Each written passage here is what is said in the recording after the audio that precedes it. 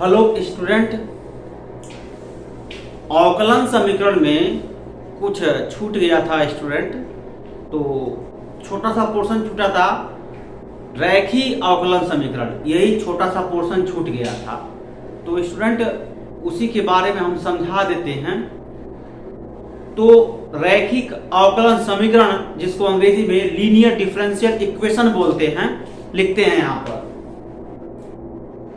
Linear differential equation.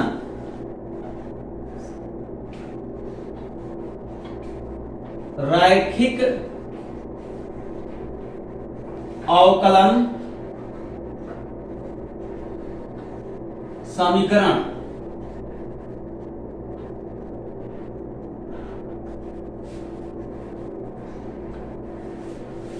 Student ये दो type के होते हैं,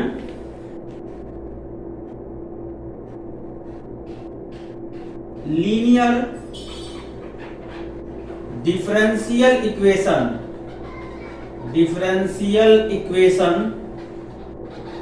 इक्वेशन in terms of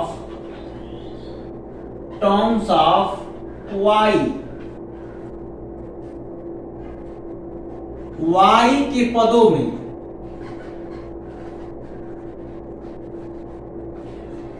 रैखिक अवकलन समीकरण।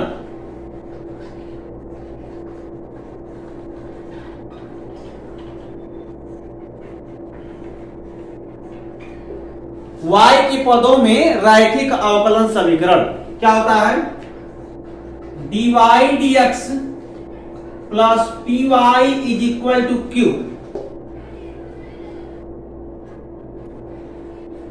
जहां p और q x के फलन हैं।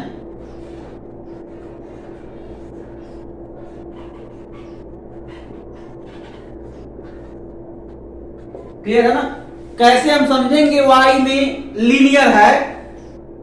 जब x का पद दो बार आ जाता है और y का पद सिंगल बार आ गया तो इसको बोलेंगे क्या? dy dx plus py is equal to q। यह रैखिक अवकलन समीकरण y के पद में लीनियर है। अब हम बताते हैं लीनियर डिफरेंशियल इक्वेशन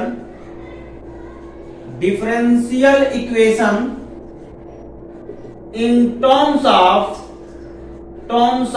x के टर्म में लीनियर डिफरेंशियल इक्वेशन, x के पद में अवकलन समीकरण, x के पद में अवकलन समीकरण। ये क्या होगा? dx dy plus px is equal to q, जहां p और q y का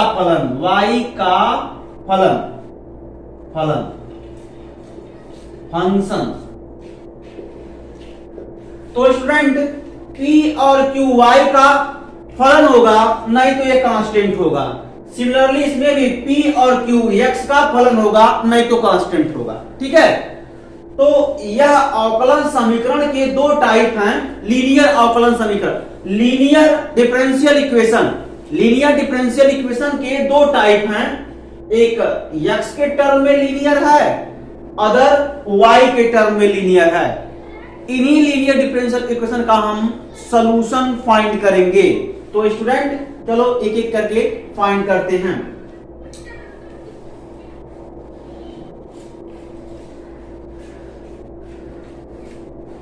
अब इसके बाद देखो, अब यहां लिखेंगे, अगला टॉपिक है solution of linear differential equation.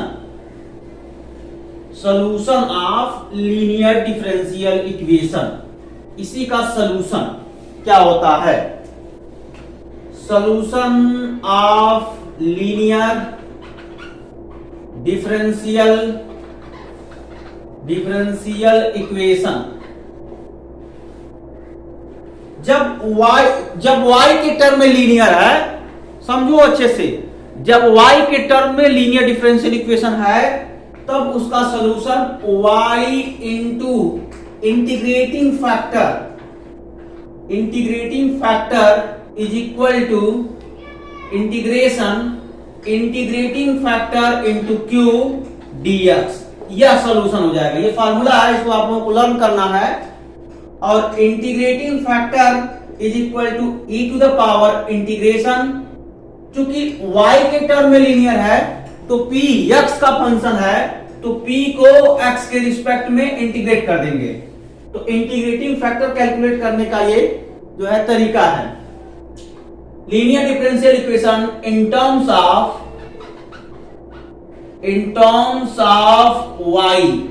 y के टर्म में लीनियर है तो सॉल्यूशन हम ऐसे ऑब्टेन करेंगे। क्लियर है ना? अब मान लो x के टर्म में लीनियर है तब क्या करेंगे?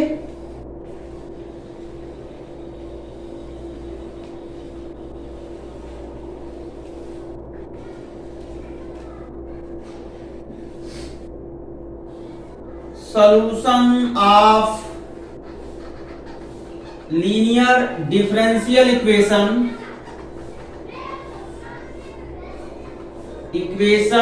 in terms of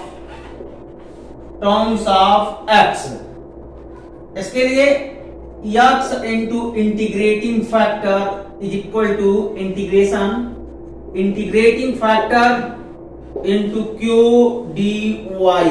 क्यों? क्योंकि क्यू y का फंक्शन है। क्लियर है ना? तो integrating factor is equal to e to the power integration p, यहां पर p y का फंक्शन, तो y के रिस्पेक्ट में इंटीग्रेट कर देंगे। क्लियर? तो यह जो रूल मैं लिखवाया हूं इसी को लर्न करना है। अगर लर्न कर लेंगे तो आसानी से लीनियर डिफरेंशियल इक्वेशन का सॉल्यूशन ऑब्टेन कर लेंगे। इट मींस डिफरेंट टाइप के क्वेश्चन सॉल्व कर सकते हैं। क्लियर है ना? तो इसको पहले आप लोग नोट कर लीजिए।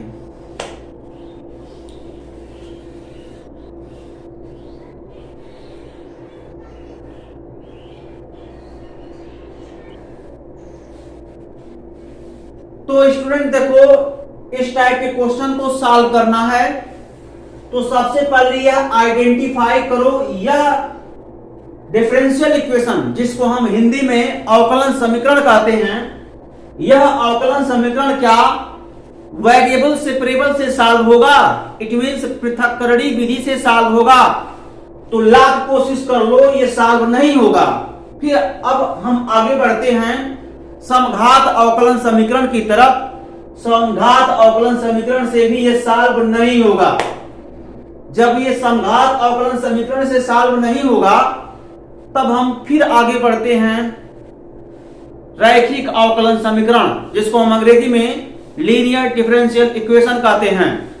जब लीनियर डिफरेंशियल इक्वेशन की बात करेंगे स्टूडेंट, तो हम यहां सोचेंगे कि यह किस टर्म में लीनियर है, या x के टर्म में लीनियर है या y के टर्म में लीनियर है। तो स्टूडेंट मैं आप सभी को बता दूं कि यह लीनियर डिफरेंशियल इक्वेशन x के टर्म में लीनियर है। तो हमने जो रूल लिखवाया है कि x के टर्म में लीनियर डिफरेंशियल इक्वेशन है तो उसको कैसे सॉल्व करेंगे, तो स्टूडेंट उसी रूल का अप्लाई यहां पर कर लो। तो सबसे पहले स्टैंडर्ड फॉर्म में जो लीनियर डिफरेंशियल इक्वेशन है x के टर्म में, उसी से हम कंपेयर करके PQ का वैल्यू फाइंड करते हैं। चलो कंपेयर कर लिया जाए। सॉल्यूशन लेकिन क्या, dx dy plus x by 1 plus y square is equal to tan inverse y by 1 plus y square. dx dy plus px is equal to q से तुलना कर दिया जाए। जब तुलना कर लेंगे तो क्या होगा, p का जो वैल्यू होगा 1/1 प्लस y स्क्वायर हो गया, और q का value tan inverse y by 1 plus y square हो गया। क्लियर है ना? अब इसमें क्या करेंगे, इंटीग्रेटिंग फैक्टर कैलकुलेट कर लेंगे। Integrating factor is equal to e to the power integration py का फंक्शन है तो dy by 1 plus y square. अब इसको इंटीग्रेट कर दो तो सिंपल सा इंटीग्रेशन है इनडेफिनिट इंटीग्रेशन का, यह हो जाएगा e to the power tan inverse y। अब हम सॉल्यूशन की तरफ चलते हैं। क्या रूल लिखवाए थे, x into integrating factor is equal to integration integrating factor into q और यह हो जाएगा dy। क्लियर है ना? ये dy हो जाएगा। तो अब देखो स्टूडेंट्स, ठीक है ना, अब यहां पर x into integrating factor is equal to integration integrating factor into q dy हो गया। x इंटू इंटीग्रेटिंग फैक्टर क्या कैलकुलेट किया हो, integrating factor is equal to e to the power tan inverse y, e to the power tan inverse y is equal to integration integrating factor into q. Integrating factor ये quantity है तो tan inverse y by 1 plus y square, ये integrating factor है into q। q means, sorry student, integrating factor क्या है, integrating factor जो मैं calculate किया हूं ये इंटीग्रेटिंग फैक्टर है e to the power tan inverse y into q। q means tan inverse y by 1 plus y square dy। अब इसी को सॉल्व कर लिया जाए। क्लियर है ना? अब इसी को सॉल्व कर लेंगे, तो चलो सॉल्व कर लेते हैं।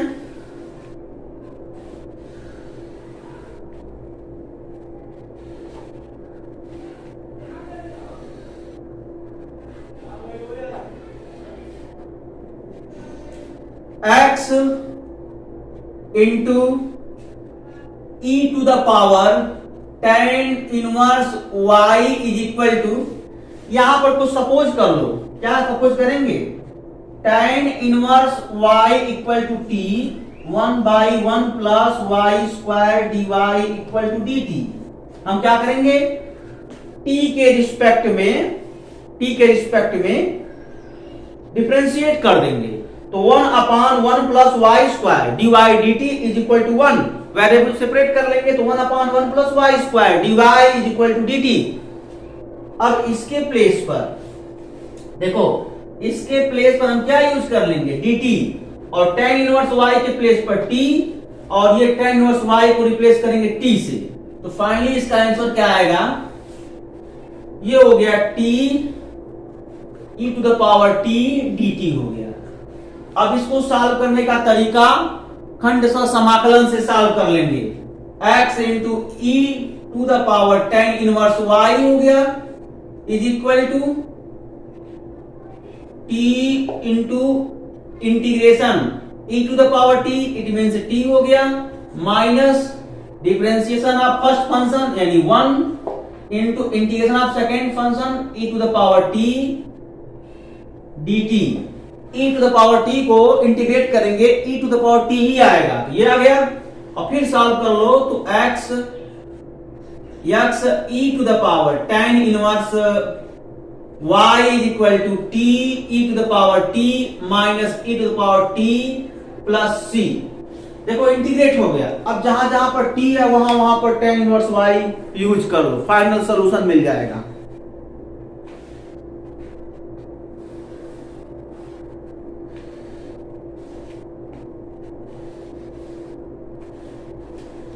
x e tan inverse y is equal to tan inverse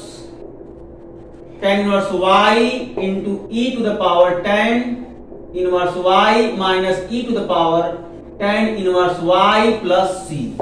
ये देखो इस डिफरेंशियल इक्वेशन का सॉल्यूशन ऑब्टेन कर लिए। ठीक है, इस तरीके से डिफरेंशियल इक्वेशन को हम सॉल्व करेंगे। तो स्टूडेंट अभी एक क्वेश्चन और सॉल्व करते हैं। तो इस टाइप की जितनी भी क्वेश्चन हैं, क्वेश्चन बैंक उठाइए, उससे क्वेश्चन जो है टेकअप करके सॉल्व कर लीजिए जो बोर्ड एग्जाम में पूछे गए हैं, और एनसीईआरटी के क्वेश्चन भी न छोड़िएगा, एक्सरसाइज के क्वेश्चन कम से कम सॉल्व कर लीजिए। मिसलेनियस को टच करने की जरूरत नहीं है। अगर आप क्वेश्चन बैंक टच कर रहे हैं तो क्वेश्चन बैंक के मैक्सिमम क्वेश्चन मिसलेनियस में मिल जाएंगे, ठीक है। और इसलिए मैं उसको टच करने से मना करता हूं कि क्वेश्चन ज्यादा हो जा रहे हैं और हर एक क्वेश्चन आप सॉल्व करने का प्रयास करेंगे तो प्रैक्टिस कब करेंगे? यानी क्वेश्चन को एक ही बार आप सॉल्व करेंगे, टाइम समाप्त हो जाएगा, टाइम बहुत कम है। मैं ये चाहता हूं क्वेश्चन सेलेक्टेड सॉल्व कीजिए और प्रैक्टिस ज्यादा बनाइए। किसी भी क्वेश्चन को 3 से 4 बार आप सॉल्व करिए, जिससे उसके स्टेप आपके दिमाग में सेट हो जाए और आप एग्जाम में लिख सकें, ठीक है। तो स्टूडेंट इस टाइप के क्वेश्चन आप लोग जितने भी मिलते हैं विद्या क्वेश्चन बैंक में, उसको आप सॉल्व कर लीजिए, ठीक है। और आप जो है एनसीईआरटी के क्वेश्चन है, एक्सरसाइज भी बहुत सारे क्वेश्चन है इस टाइप के, उसको भी सॉल्व कर लीजिए। मतलब अवकलन समीकरण जब x के पद में लीनियर होता है तो उसको कैसे सॉल्यूशन देते हैं, तो देखो यहां आपके सामने है, इसको आप सॉल्व कर लीजिए, ठीक है ना। ओके स्टूडेंट, अब हम कुछ क्वेश्चन और सॉल्व करते हैं और इसको नोट करिए।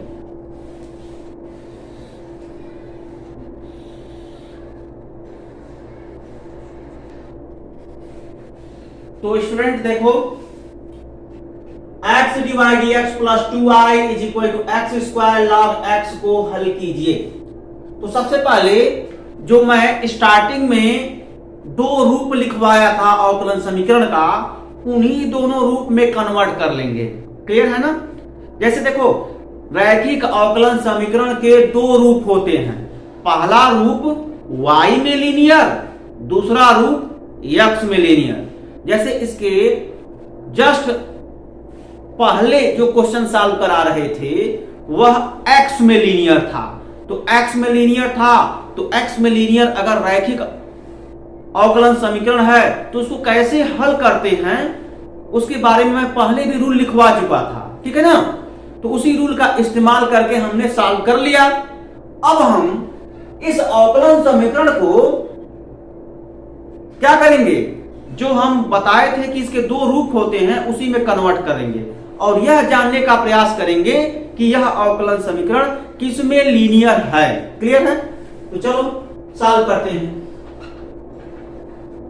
x divide x plus 2i is equal to x square log x। x से डिवाइड कर दो तो dy dx plus 2i by x is equal to x log x, ठीक है। ये इक्वेशन नंबर फर्स्ट। अब ये किसमें लीनियर दिख रहा है? आप देख सकते हो y का एक टर्म है और x के 2 टर्म है, मतलब राइट साइड में भी x का टर्म है और y का कोएफिशिएंट भी x का टर्म है, मतलब x 2 बार आ गया और y 1 बार है। इसका मतलब y में लीनियर है। यह अवकलन समीकरण y में लीनियर है, तो y में लीनियर का जो रूल होता है उसमें अप्लाई कर लेंगे। यह हो जाएगा dy dx plus py is equal to q। ये इक्वेशन नंबर सेकंड से तुलना करने पर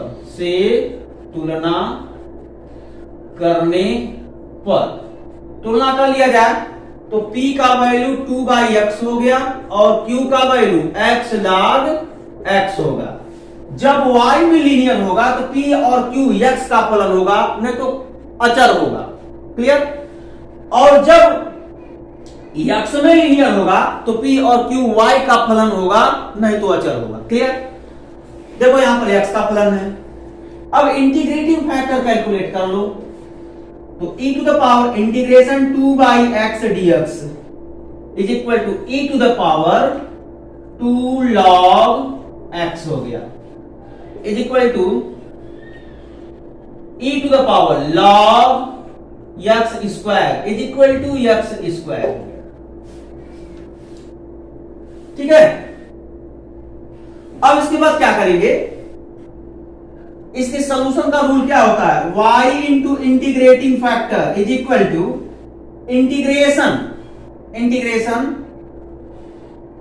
इंटीग्रेटिंग फैक्टर इंटू क्यूब। ये x का फंक्शन है, ये भी x का फंक्शन है, तो x के रिस्पेक्ट में इंटीग्रेट होगा। यहां पर थोड़ा कंफ्यूज कर जाओगे आप लोग, देख लेना कि इंटीग्रेटिंग फैक्टर किसका फंक्शन है, क्यूब किसका फंक्शन है। ये दोनों x का फंक्शन है तो x के रिस्पेक्ट में इंटीग्रेट कर लेना।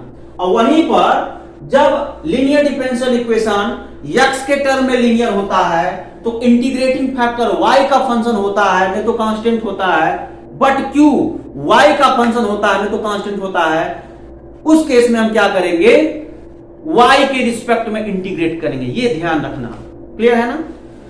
अब इसमें क्या करेंगे, वैल्यू को पुट कर लें, y into x square, integrating factor calculate किया हमने x square is equal to integrating factor x square into log, क्या हो जाएगा, लॉग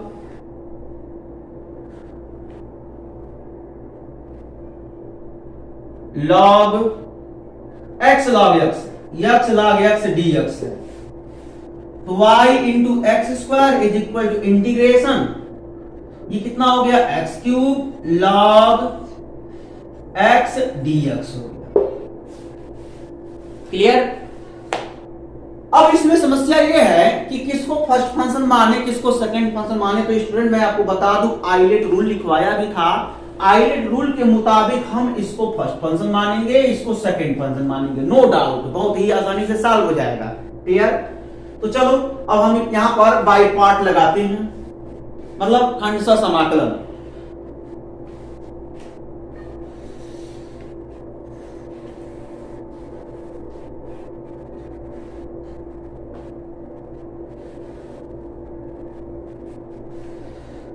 जब बाई पार्ट लगाएंगे क्या हो जाएगा, y into x square is equal to, ये कितना होगा, log x first function into integral of second function, it means x to the power 4/4 minus integration differential of first function 1/x into integral of second function x की power 4/4 dx। इसको integrate करें, x cube को x के respect में integrate कर देंगे तो x to the power 4/4 आएगा, मैंने यहां लिखा।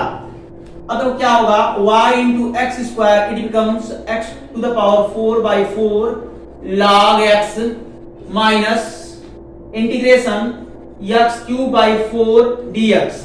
अब इसको इंटीग्रेट कर लेंगे, फाइनल रिजल्ट आ जाएगा y into x square it becomes x to the power 4/4 log x minus x to the power 4/4 it means 16 plus c। ये देखो आंसर हो गया ना। तो ऐसे हम कैलकुलेट कर लेते हैं सॉल्यूशन किसका, लीनियर डिफरेंशियल इक्वेशन का। तो इस टाइप के क्वेश्चन जितने भी मिलते हैं स्टूडेंट विद्या क्वेश्चन बैंक में या एनसीईआरटी में, उसको सॉल्व कीजिए। समय बहुत कम है, इस बात का ध्यान रखिएगा, टू द पॉइंट बोर्ड के क्वेश्चन टेकअप करिए, सॉल्व कर डालिए। ठीक है। तो मेरा ये कहने का मतलब ये नहीं है कि अनसॉल्व क्वेश्चन सॉल्व ही ना कीजिए, गलत बात है। अगर अनसॉल्व क्वेश्चन बोर्ड में पूछा गया है तो तुरंत उसको सॉल्व करो। आपसे सॉल्व नहीं होता है, उस क्वेश्चन को मेरे पर्सनल नंबर पर सेंड करो, मैं सॉल्व करूंगा। और जरूरत पड़ा उस क्वेश्चन का वीडियो बना करके आपके पर्सनल चैट पर अथवा कॉलेज के ग्रुप पर सेंड कर दूंगा। ठीक है। अब स्टूडेंट इसको नोट करो पहले।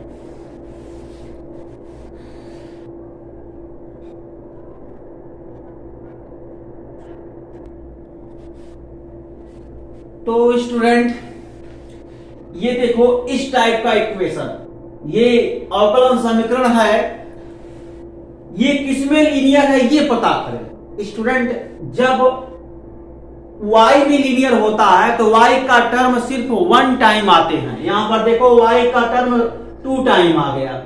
और जब x के टर्म में लीनियर होता है अवकलन समीकरण तो x का टर्म सिर्फ 1 टाइम आता है। यहां भी देखो 2 टाइम आ गए x का टर्म। इसका मतलब ये जो अवकलन समीकरण है इसमें x का टर्म 2 टाइम आया, y का टर्म 2 टाइम आया। इसका मतलब यह अवकलन समीकरण न तो x के टर्म में लीनियर है और न ही y के टर्म में लीनियर है।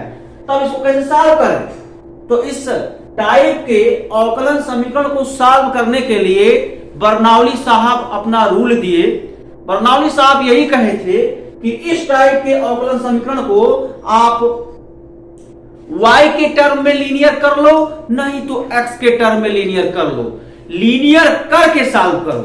उन्होंने क्या किया था, कुछ सब्स्टिट्यूशन कर लिए थे, सब्स्टिट्यूशन के दौरान इस अवकलन समीकरण को सॉल्व किए थे बर्नौली मैथमेटिशियन जो थे।